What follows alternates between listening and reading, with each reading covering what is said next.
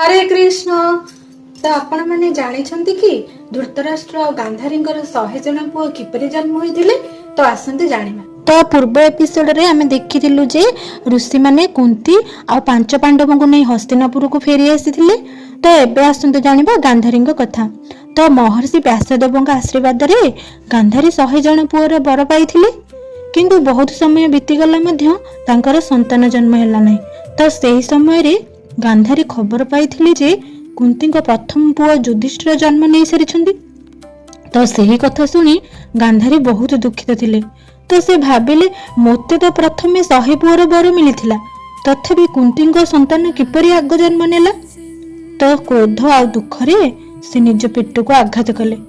तो तापरे तांको गर्भरु गोटे मांसपिंड बाहरिला। किंतु सेही गोटे मांसपिंडरु दुर्योधन और अन्य कौरव माने किपरि जन्म होइथिले ताहा जानिबा आमे परवर्ती एपिसोड रे। हरे कृष्ण।